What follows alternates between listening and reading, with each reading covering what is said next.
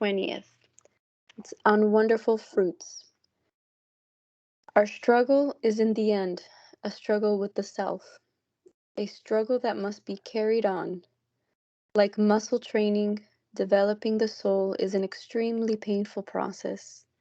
Endure and persevere. Tangible things may get stolen, disintegrate, break, disappear. The invisible treasure of the soul is indestructible. So whatever pain you suffer will be rewarded in full. Wonderful fruits will be yours. And so I chose this story because it's very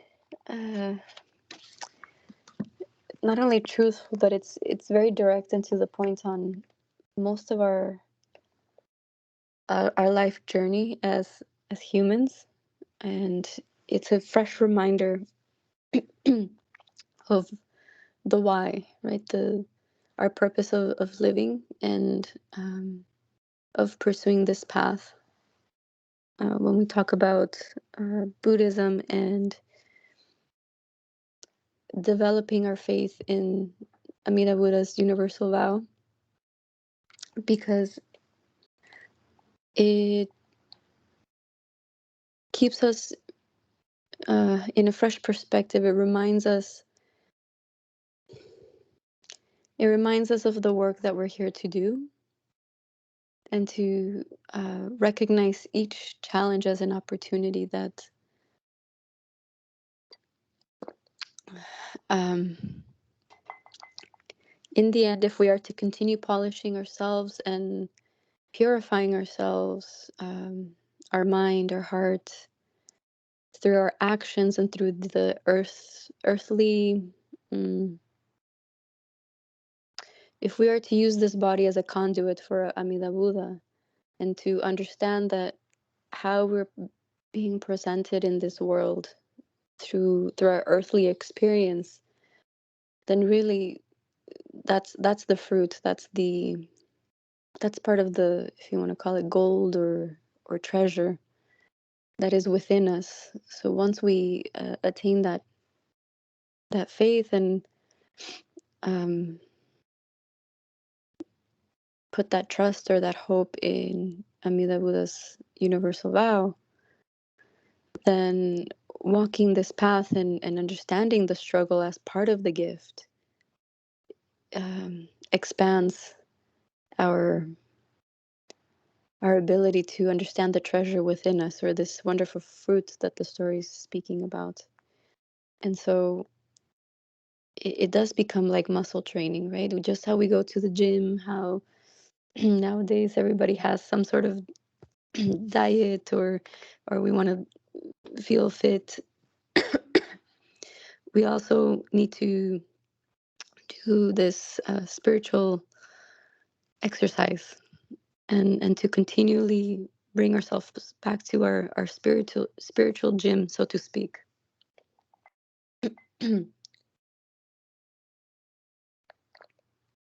So that we can go through that process and continue to step forward in courage and in full consciousness, and understanding that the fruit lies within us. Once we create that bond with Amida Buddha, it's almost like every challenge that comes up becomes an opportunity, and we can always ask ourselves, what did I learn from this, and continue that evolution process. So understanding our earthly, I call it our earth suits, right? We are in this human body, and also recognizing that our soul is within it too. And so the struggle becomes between, how do I show up in this earthly body, and also recognize my soul and the connection that it has once I've made that vow towards absolute happiness. So it's about befriending both. So that's my interpretation. But I know we have some time right now, and I leave it open. I'm sure Bita has more to add. That was wonderful, Estefania. Thank you so much for sharing your wisdom and compassion with all of us here. I'd be curious if anyone else wants to share. I know it's early for most people. Let's see. Okay.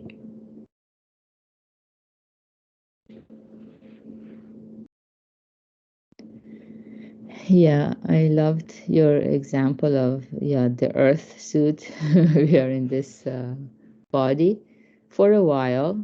It's not gonna be forever. That's some people might get frightened hearing that, or it might also help us with our chronic illnesses, knowing that this body is not my purpose in life. To maintain this body is not my purpose, because it's impossible to maintain it all the time forever. Yeah, and you mentioned the name of Amida Buddha. Amida is Sanskrit, means immeasurable life and inconceivable light. Light in Buddhism means wisdom, to dispel our dark minds. So I loved how you described Amida Buddha's vow as the universal vow to liberate all beings from sufferings. It's not only people who follow Buddhism, or only people who meditate, or only people who do certain things. No.